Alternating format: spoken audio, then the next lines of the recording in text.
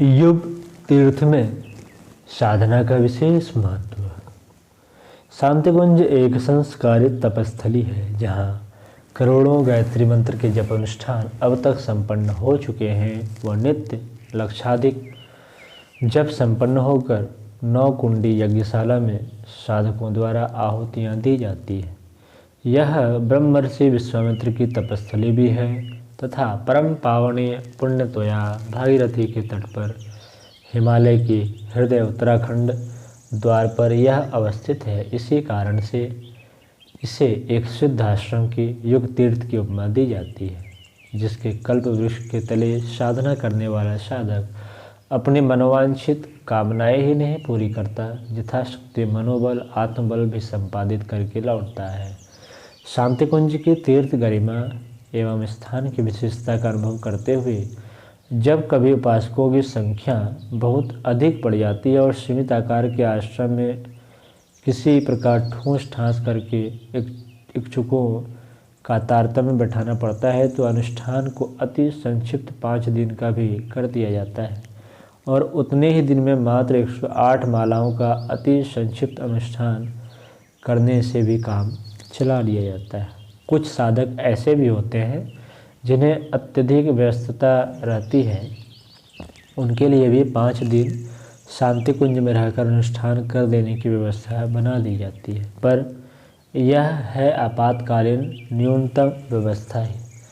जिन्हें अत्यधिक व्यस्तता नहीं है और जिन पर काम का अत्यधिक दबाव नहीं है, उनके लिए 9 दिन का 24,000 जप वाला परंपरागत अनुष्ठान ही उपयुक्त पड़ता है।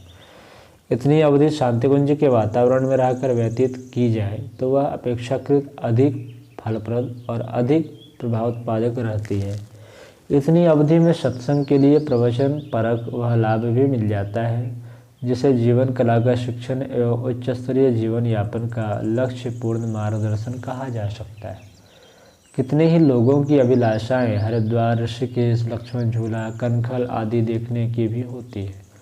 वह अवकाश भी तभी मिलता है जब 9 दिन का संकल्प लेकर अनुष्ठान प्रक्रिया में प्रवेश किया जाए। जिन्हें 1.25 लाख का 40 दिन में अनुष्ठान संपन्न होने वाला करना हो, उन्हें अपने घर पर ही रहकर उसे करना चाहिए, क्योंकि शांतिकुंज में इतनी लंबी अवधि तक रहने की सुविधा मिल सकना हर दृष्टि से कठिन है। 21वीं सदी में 1 लाख प्रज्ञा संगठन बनाने और 1 करोड़ व्यक्तियों की भागीदारी का निश्चित निर्धारण किया गया है। इस निमित्त भी वरिष्ठ भावनाशीलों को बहुत कुछ सीखना, जानना और शक्ति संचय की आवश्यकता पड़ेगी। यह प्रसंग अधिक विस्तार से समझने और समझाने का है, इसलिए भी 9 दिन का समय निकालकर शांतिकुंज में प्रेरणा, दक्षता एवं क्षमता उपलब्ध करने की आवश्यकता पड़ेगी। अच्छा होगी जिनके पास थोड़ा अवकाश हो वे 9 दिन का सत्र संपन्न करने ही शांतिकुंज आएँ।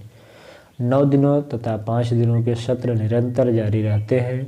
ये दोनों सत्र साथ साथ ही चलते रहते हैं। जिन्हें जैसी सुविधा हो अपने पूरे परिचय समेत आवेदन पत्र भेजकर समय से पूर्व स्वीकृति प्राप्त कर लेनी चाहिए। बिना स्वीकृति लिए आने वालों को स्थान मिल सके इसकी गारंटी नहीं दी जा सकती। अशिक्षितों, जरा जीर्णों, संक्रामक रोगग्रस्तों को प्रवेश नहीं मिलता। पुरुषों की तरह महिलाएं भी सत्र साधना के लिए शांतिकुंज आ सकती है, पर उन्हें छोटे बच्चों को लेकर आने की धर्मशाला स्तर की व्यवस्था यहाँ नहीं है। साधना, प्रशिक्षण और परामर्श में प्रायः इतना समय लग जाता है कि व्यस्तता के बीच छोटे बालकों की साज संभाल बन नहीं पड़ती। अतः मात्र उन्हीं को सत्रों में आना चाहिए जो निर्विघ्न कुछ समय रहकर साधना कर यहाँ के वातावरण का लाभ ले सकें। वह अनुशासित व्यवस्था में भी गड़बड़ी न आने दें। सप्तर्षियों की साधना भूमि में ही गायत्री नगर बसाया गया है।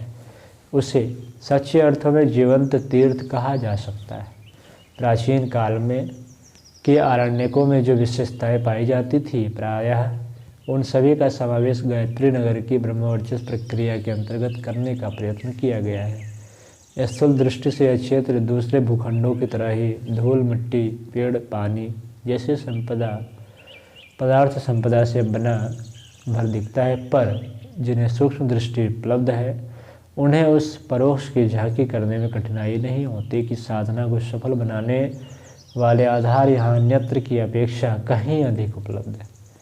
साधना के लिए विशेषतः गायत्री उपासना के लिए शांति कुंज में वह उपक्रम संपन्न करना सोने और सुगंध के सम्मिश्रण जैसा काम देता है।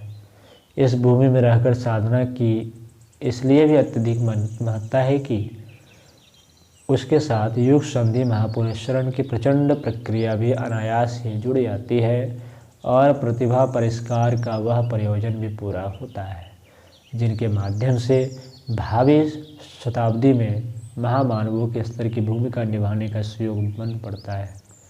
युग शक्ति गायत्री का मिशन के संचालक को दिया गया यह आश्वासन जो है